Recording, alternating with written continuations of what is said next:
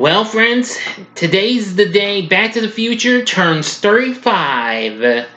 And get ready for the first big adventure with Marty and Doc as I prepare to review the one that started all Back to the Future right now. Big Days! Entertainment Rankings and Reviews. So greetings my fellow YouTubers and welcome to Big D's Entertainment Rankings and Reviews. My name is Doyle, better known to y'all as the Big D, and this time around I bring to you a review of the 1985 sci-fi flick Back to the Future, released by Universal and Amblin Entertainment, directed by Robert Zemeckis, starring Michael J. Fox, along with Christopher Lloyd, Leah Thompson, Crispin Glover, and Thomas F. Wilson.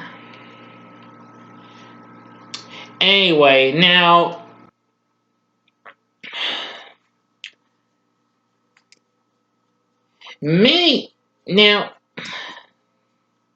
Robert Zemeckis, who directed this, let's see, I'm trying to see this, co-wrote the script for this with Bob Gale, who is a producer on this, because, after Gale wondered where he would have befriended his father if they had attended school together. Well, numerous studios rejected it until the success of Zemeckis' previous year's flick, the movie Romancing a Stone. And Zemeckis approached Steven Spielberg, who agreed to produce the project at his company Amblin Entertainment, along with Universal as the distributor. Now, Michael J. Fox was the first choice to play our main character, Marty McFly. But however, he was unfortunately filming his television series Family Ties, where he plays Alex P. Keaton. And soon Eric Stoltz was cast, but after the filmmakers decided he was wrong for the role, a deal was struck to allow Mr. Fox to film the flick without interrupting his television schedule. It went on to become the highest-grossing film of 1985, winning several awards and got nominations and all that jazz. But anyway, let's get into our story. Now, I'm sure a lot of y'all have already seen this movie many times, and if you haven't, watch the review until I get to the advisory to stop the video for ending spoilers, okay? Enough said. Here we go. Now, the story starts out in the year this film was done in 1985 in Hill Valley, California. Marty McFly is visiting the home of his friend, Emmett Doc Brown. That's Christopher Lloyd's character. Of course, his home's also his lab, actually. Doc Brown is an eccentric scientist. Though missing for several days, Doc calls the lab and asks Marty to pick up some equipment for a special experiment later that night.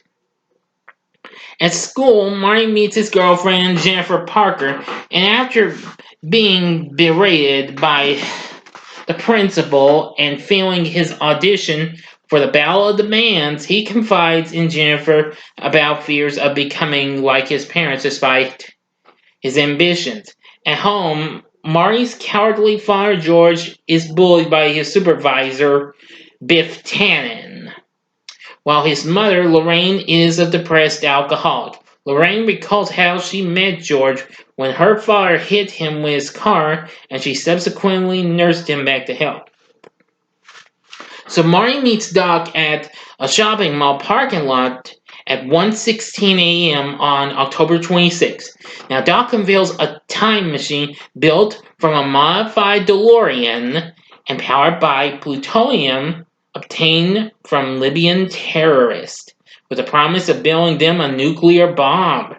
While showing Marty the controls, Doc sets the date to November 5th, 1955, the day he conceived a time travel device.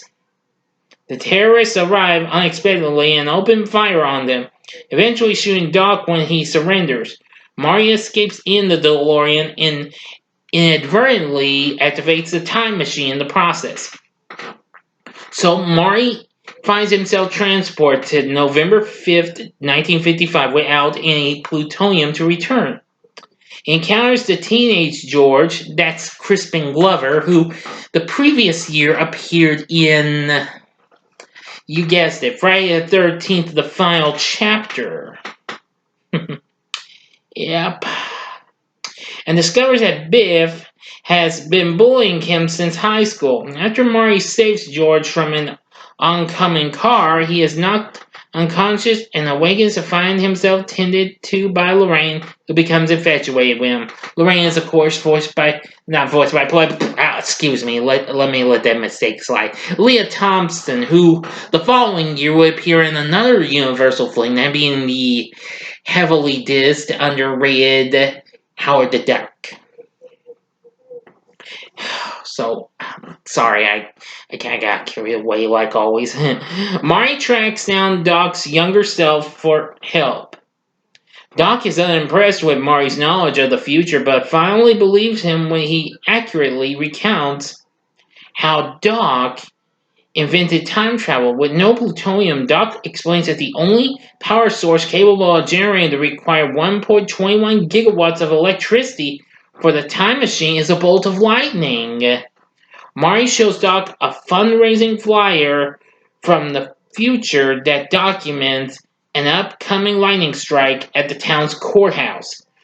Doc instructs Maury to avoid leaving his house and interacting with others, as he could inadvertently alter the future. But they realize he may already have. Saving George earlier prevented his parents from meeting. Doc warns that Maury may fail to exist if Lorraine doesn't fall in love with George.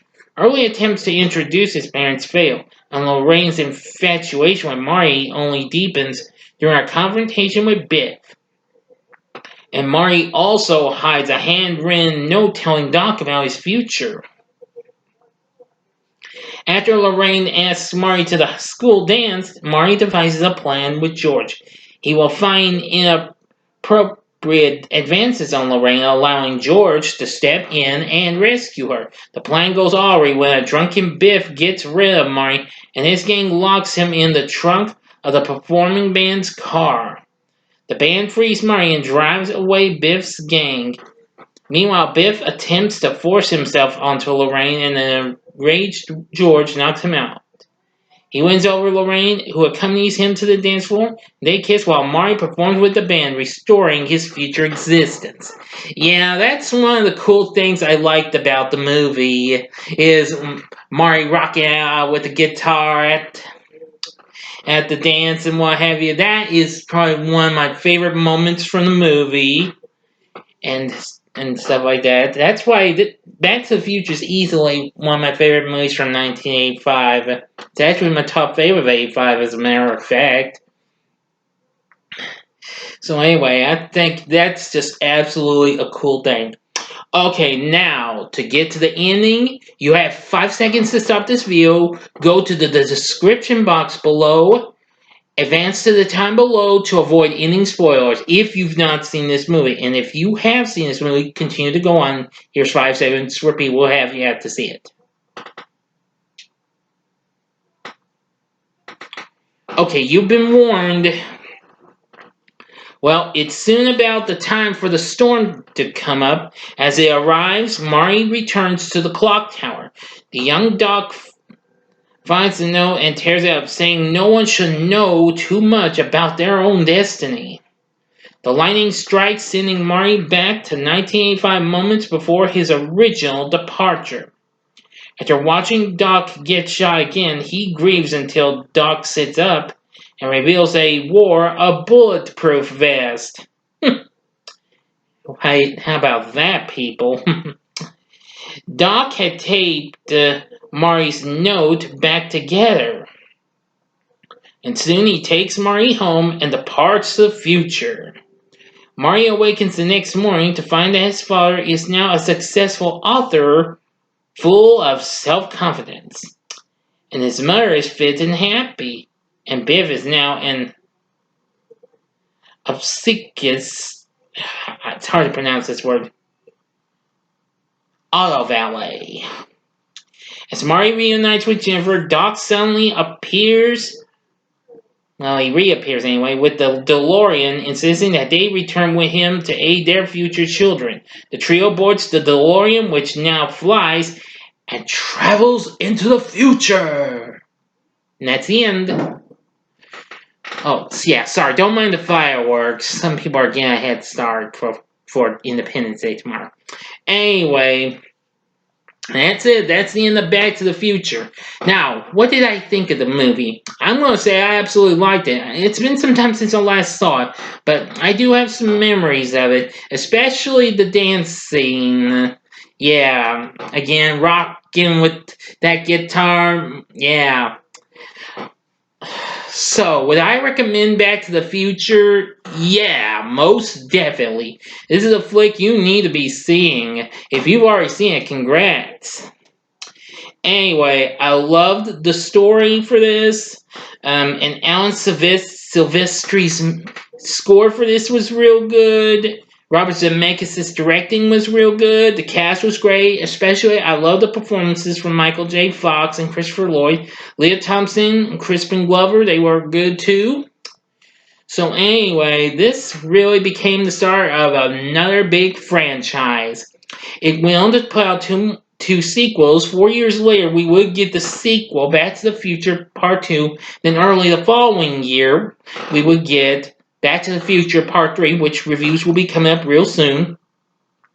There would also, and after that, there would also be several video games based on the movies, series of comic books, a theme park ride at Universal Studios, and a stage musical, and an animated series which came on CBS a year after Back to the Future Part 3 ever came out.